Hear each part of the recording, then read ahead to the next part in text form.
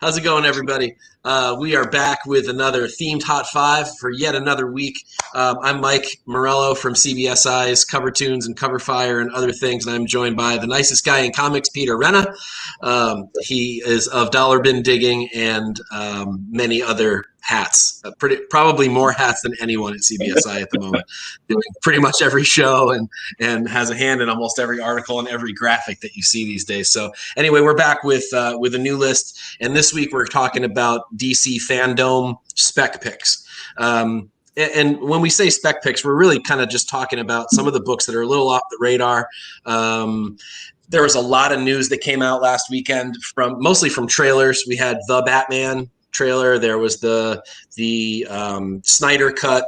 And there was the Flashpoint stuff and all that kind of thing too. And then of course we got Wonder Woman 84 coming eventually.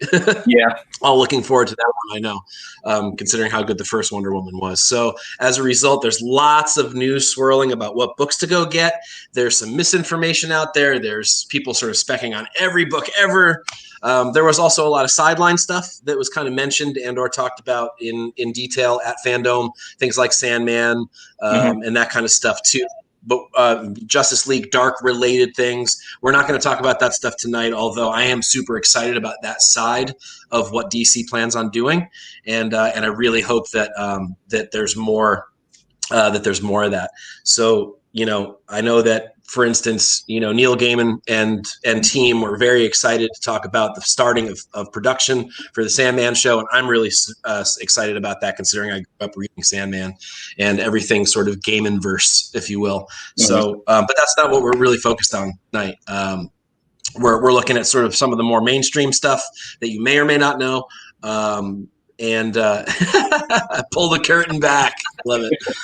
Pull the curtain back. All of because. Yeah, that's the Hall of Heroes, the virtual Hall of Heroes. That unfortunately during COVID here, none of this stuff is happening really with real people in the room, which kind of sucks. I know that like Star Wars Celebration has like a celebration shop opening tonight or tomorrow with some merch because there's no celebration this year, and it's kind of sad. But I mean, I like that the companies are doing something anyway. Yeah. To try to at least, gather some excitement and throw some info out there to everybody, which is really cool. And DC definitely did sort of spec lists there for a while. I feel like Marvel hadn't really told us very much of anything. A lot of things are on hold, and we were all kind of just sitting there buying Star Wars books. And then now we finally have some new stuff to take a look at. So there's some really great books in here. There's some books I really believe in. Oh yeah, nice. Oh man, I can't wait. I really can't wait just to watch Gal Gadot for an hour and a half. Yeah, and I love that armor. I really love that armor. We're gonna talk about that armor later on. But yeah. So Pete, just a reminder, I am not an admin tonight. You're gonna have to hit up the chat for us. Oh yeah, I'll keep an eye on it. It's any of that tonight. So I changed browsers. My computer is acting strangely. So yeah. So it's on Pete to talk to y'all tonight. Yeah, I see. We got Johnny Dakota and JJ Maxwell in there so far. Hey guys, how's it going? Thanks for joining us. Appreciate it. So we hop into the list backwards, like we always do at number 5, and we are looking at the Black Adam number 1 in 10 variant. And this is a beautiful Alex Ross, although that's kind of a redundant statement. What Alex Ross isn't a beautiful Alex Ross, but yet still, this is kind of a ghost. This variant, this does not pop up. This already kind of commands some high money, but the idea here is that if this pops, if this does well, then this book is going to be one that people kind of go try to snag. It seems like the market pushes toward what is the rarest variant with the coolest cover that either matters the most or looks the best. And so this is the one. I mean, this just is the one. And while of course there's a ton of Shazam number 1s out there, and other books to spec on, this is sort of the one that kind of sits below the radar. Not a whole lot of sales. But yet when they do come up, they don't seem to sell for quite what you'd think they would for how rare they are, or at least how not often they come up. That was a terrible sentence, but you get the idea for how rare they are, or how infrequent. There was the word I'm looking for. How infrequent they come up. You would think they would sell for more than $100, but there's again plenty of books to spec on for this. Yeah, it's a beautiful cover. So it's not a huge ratio. Yeah. It's just hard to find.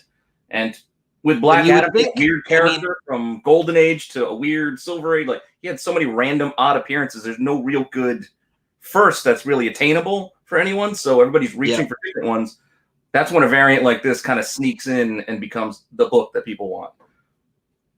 It does, absolutely, it does. And it's kind of like that weird, was it Wonder Woman 38 1 in 100 variant? That that's like that kind of book. I've never even run across that in a shop. I see it at shows. But the one that's a 1 in 10 that everybody forgets about is Legion of Superheroes 23, the Adam Hughes Supergirl. It's only a 1 in 10. I've never found one in the wild. I mean, I hate that phrase, and I'm sorry to use it, but I expect it somewhere in like my 20 years of collecting that I would find one of those in a bin, even a beat up one, and I never have found one. It's amazing. So these 1 in 10s, while they seem like they shouldn't be all that rare, just are. So, so anyway, keep your eye out for this. If you can get yourself a copy right now for a decent price, this might be the time to jump in on it. Plus, you're not going to be disappointed. The cover's gorgeous, so how can you lose? Exactly. So that moves us into number 4. And I like this sort of duo of picks. We're going to focus on Wonder Woman number 9. This, of course, from the second Wonder Woman series, number 9. And this is one of those weird situations where issue number 7 still outprices this one, but this is her first full appearance. She's on the cover. This is the new Minerva Cheetah, or 7 is the first appearance of Barbara herself, not as Cheetah, I think.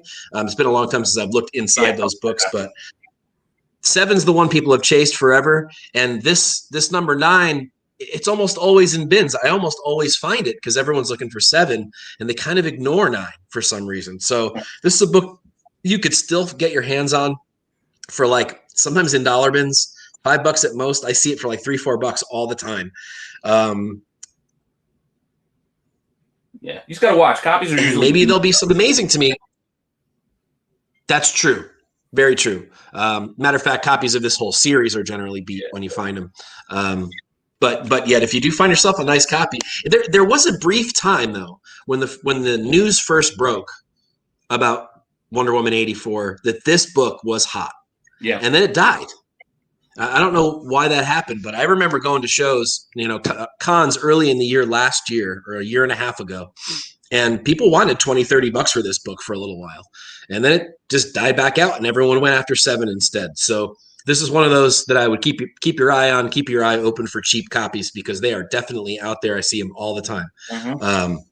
And if the movie's as good as I'm hoping it's going to be, this could be sort of a sleeper, especially at $1 bins. I mean, This could be one, $20 flip if you're flipping. Keep your eye out for nice copies specifically because people will pay up for that. All right, and that moves us to number 3, the Flashpoint number 1 San Diego Comic-Con, with confirmation that this movie sets up Flashpoint. We can't assume. Who knows what DC's doing if they're setting up sort of like a Marvel-verse MCU-ish kind of a thing where they're layering it like Marvel did. That would be smart. It seems like that's kind of how DC has faltered in the past. I've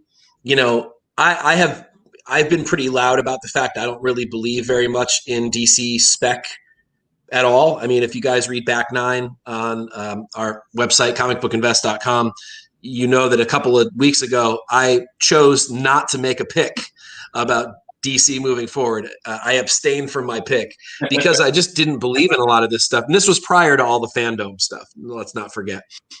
So I didn't have any solid news and people were specking on all these books. And I said, dude, what are you guys doing? Why are you paying all this money for these books? You don't even have any news yet. And 90% of what DC's done in the last 5 or 10 years has failed miserably. So, hang back just a second. But I think now with some solid news and with what looks like a solid direction, there are some very important books chase down, and this is another one of those books. There's so you have what 1 in 25 regular cover. Those are taking off. You have this San Diego Comic-Con, which is of course taking off. I see this book around from time to time. I don't really know what it sells for though. Do you know what the price point is on this right now? Not lately. It was like on eBay stores for just like $15, $20 for like ever. Like whoever had it, there was a California seller just still had tons of copies, and I bought a few. I don't know, maybe a year or so ago. Seems like a while now, but I don't know where they're at now, and I don't even know if I've held on to any. But I mean, it's got a gorgeous like a wraparound, so it's kind of cool, different version of this cover. I mean, I like the image. And you very rarely see it like that because it's always bagged and boarded. So yeah, exactly. and then there's the 1 in 25 variant is a sketch variant. Is that right? I believe so. And sketch variants just don't do much for me. I'm just not a big fan of the black and white or sketch. No. It just seems lazy. Like, okay, you're gonna sell me a black and white version of it. Okay, I prefer the color cases. I'm the same way. I want the real image, unless it's like, unless I'm buying a set or something like that. But I rarely do that either. So it's kind of like certain artists, like their pencils or just the inks, it really comes through. But most art isn't, especially these days. It's not built for black and white. This is built for like colors and layers and special effects to be laid in there. And a lot of times, pencils and inks are just very, very bland and very flat. Yeah. Exactly. And let me pause for just a second also before I forget. Keep in mind that this article is fully written out at comicbookinvest.com by our very own Ben C. And there's a lot more detail in the article than what we talk about in our 20, 30 minutes that we're on. So if you want more info, head over there and also head over there for all kinds of free content.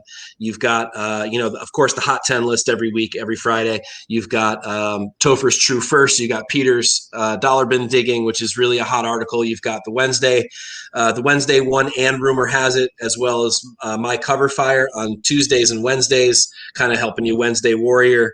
There's just the list goes on and on and on. Diesel City Dreams from AJ. Really, really great stuff, and it's all free. We do it because we love it, and I hope you'll hop over there and check that out. Check us out on Instagram as well, and like and do all those things that you do, whatever, all the interweb things that people do. I don't know. I just like talking comic books. I don't really focus in on that stuff, but I know it's important. So, we like talking about this stuff. We want to hear from you. So comment on the articles, comment in the Instagram posts. We want to know what you think. We want to know what you want. And we like to put this stuff together for the fans. So please let us know. Here I am. I'm about to be on issue 123 of Cover Tunes. I'm starting to run out of ideas a little bit every week now. And you're getting close. You're at like issue 110 on Dollar Bin Digging. So 103. You're 103. And as I was doing my last video with it, I couldn't remember. And I actually, when I checked back, I did cover books. I'm like, I don't even know if I talked about this book before. It's like, oh, I did 2 years ago. So each time just kind of speeds by. Can't believe I used to make a list of all the books I'd use, but at this point it's thousands of books. So I'm like, I'm bound to repeat one here or there, but I usually say new things about it. But either way, I digress. Let's get down to number 2. And this one has some controversy going on around it right now, which is the Court of Owls stuff and which book is really the book. I don't know how else to say it other than it's this one. I mean, there's a brief sort of like Hulk 180-ish kind of cameo-y thing in number 3 at the very end, but it's this book. It's not 6. I don't know where that came from. 6 has a freaking amazing cover, and I get that part of it. And I don't want to cause controversy here, but this is the book. I mean, look at the cover. I don't know how else to say it, but this is one of the hottest sort of groups of books, and I think that, like I've said before, like Pete has said before, just buy all 3.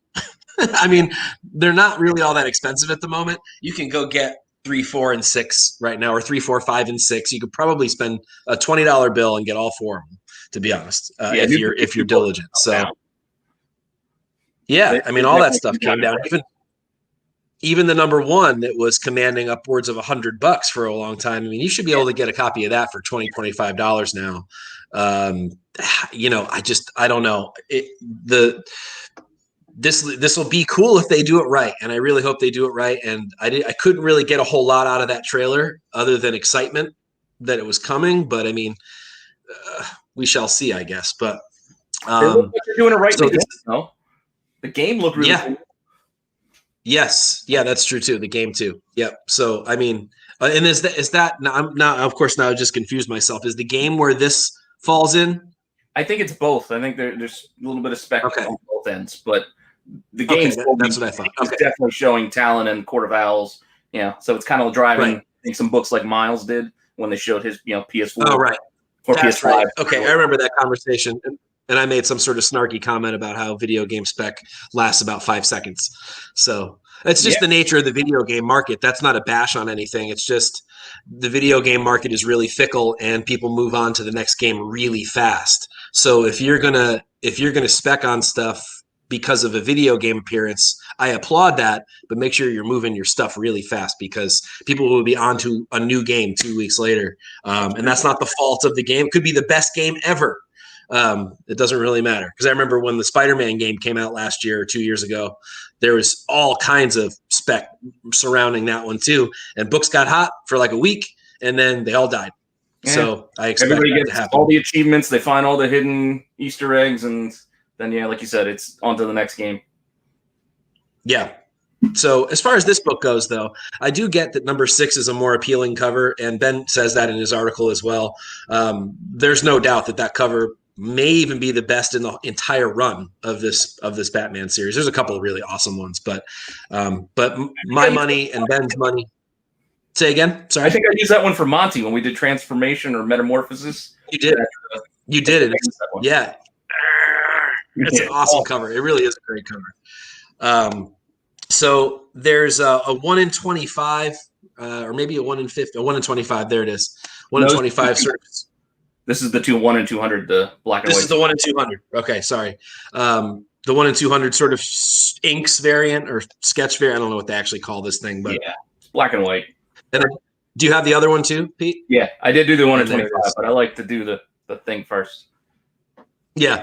I agree. This is also a cool cover. This actually looks a lot like the current B covers that Bermejo and those guys are doing. Maybe not so much Matina's, but I like this cover a lot. I think that the other cover, the regular cover, is the one I'd hit up. But either way, they're all selling well. Kind of like Flashpoint. These might be, obviously these are a little rarer, but people do like the character on the cover.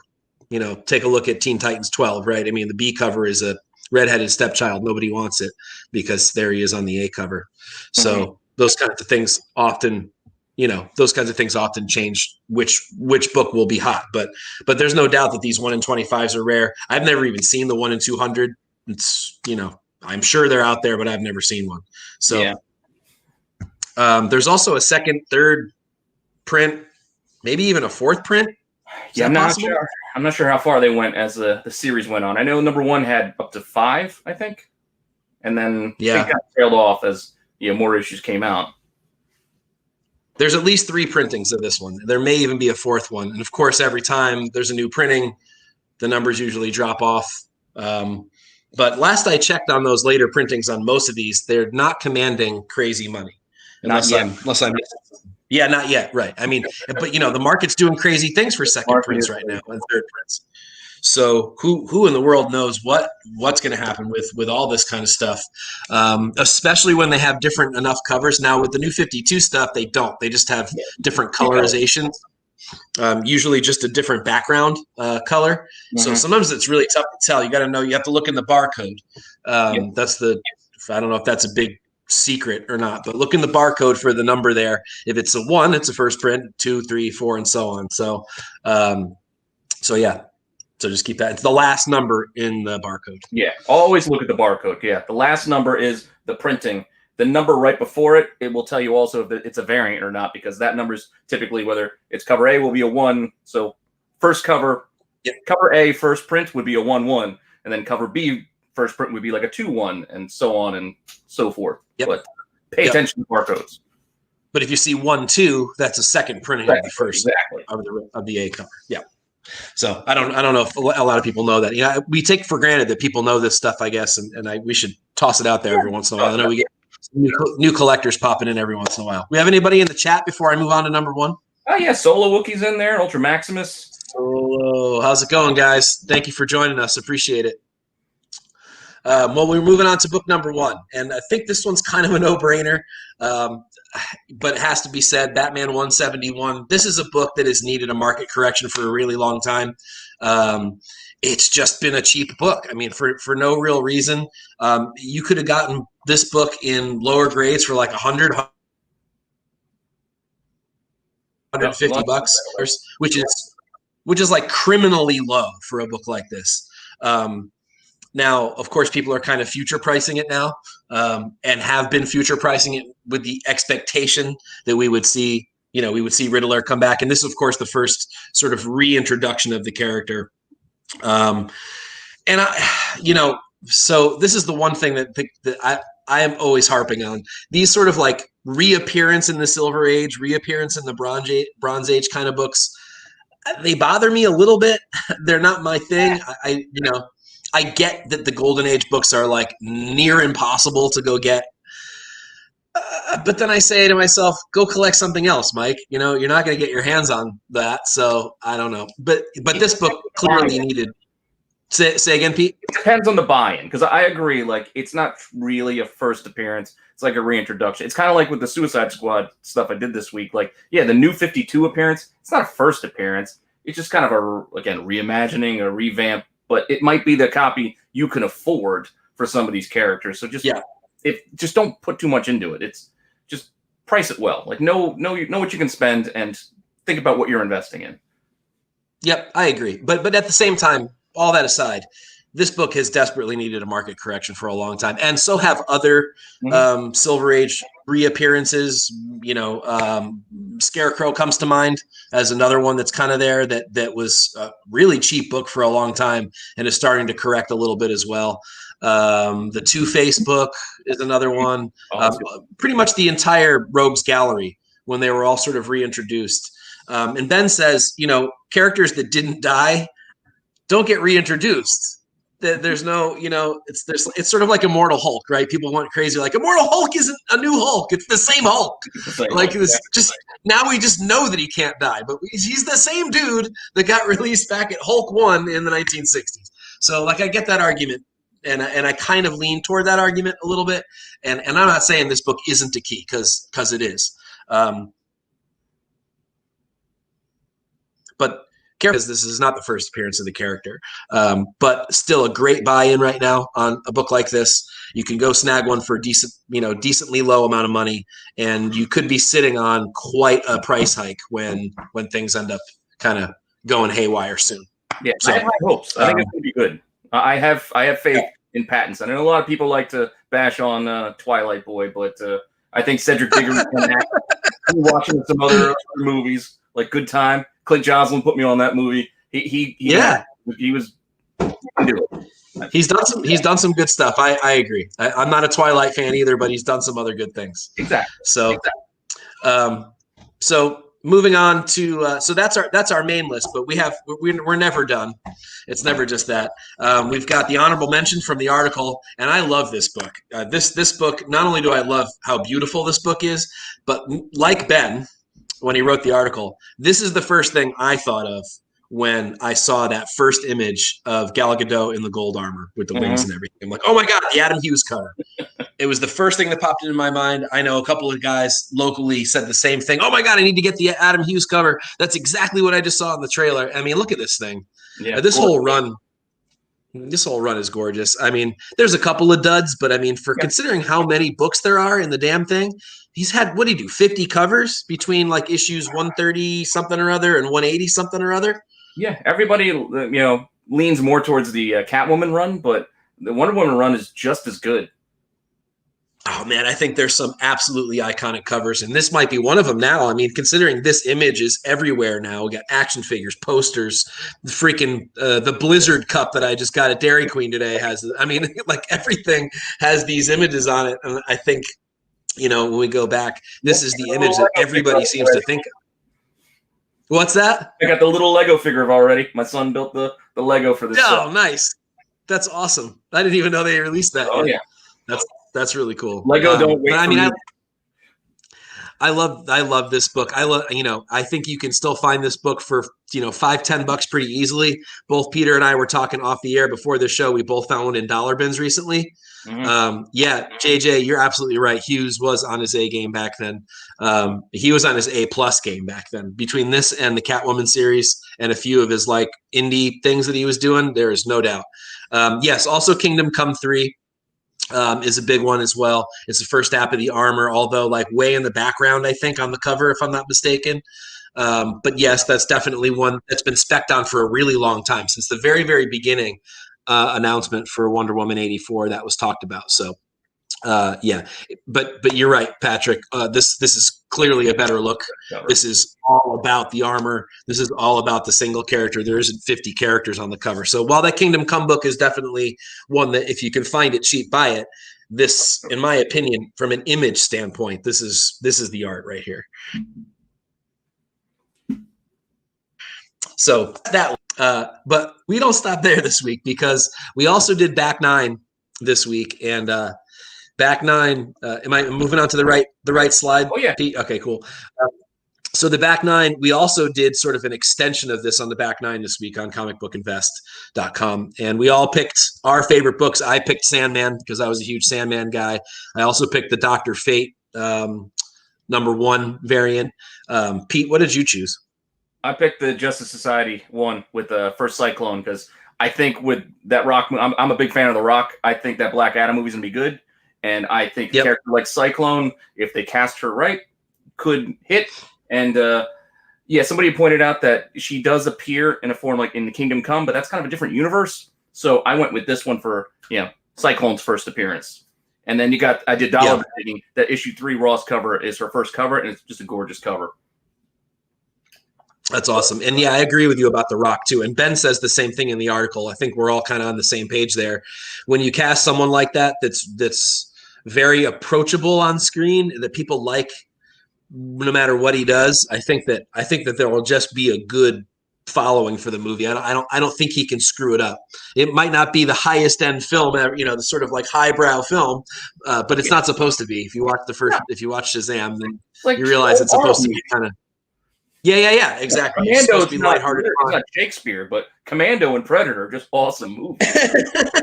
They are. They absolutely are. And not only that, but let's not forget, these things don't all have to be serious. Exactly. It's nice that there's some sort of lighthearted entertainment, some fun. That's what some of this stuff is supposed to be, and it's nice to get that. So, but I also got yours. So yeah. Your other okay, so there you go. There's the Dr. Fate. I love that cover. That's the variant for #1. Really hard to find in good shape.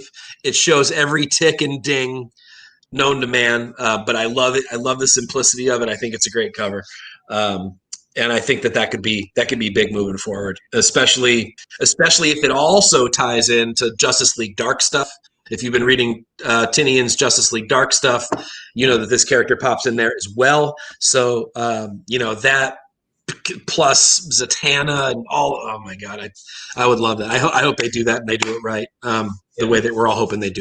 As you were saying, I mean, this rain effect they put on this cover, like you said, it really would accentuate any tick, because it will is that a raindrop? Is that it's just anything that happens in this book will show up.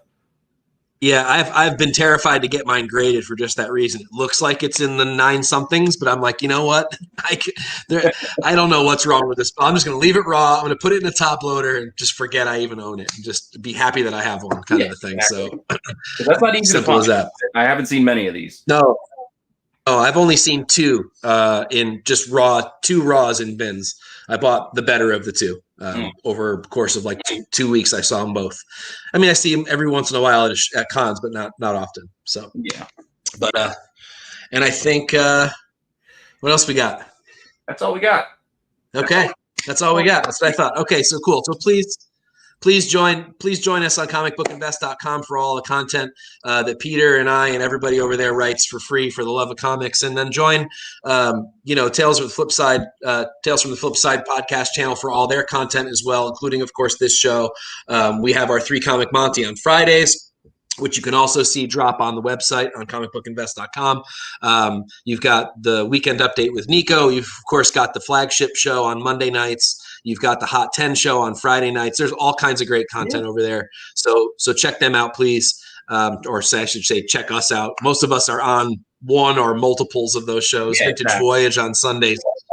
So great content there too. Again, we do it because we love it, and we'd love to see you over there saying, hey, we really appreciate your support. So with that said, until next week's themed Hot 5, we are signing off. That is Pete. I am Mike. We thank you for your time, and we'll see you soon. Absolutely. Go check out the Hot 10 and look out for Nico has a CGC this weekend. Matt Nelson. Oh, yeah. That's right. I forgot about that. Very cool. It'll be very fun to see his answers to some of our questions. Absolutely. Take it easy, everyone.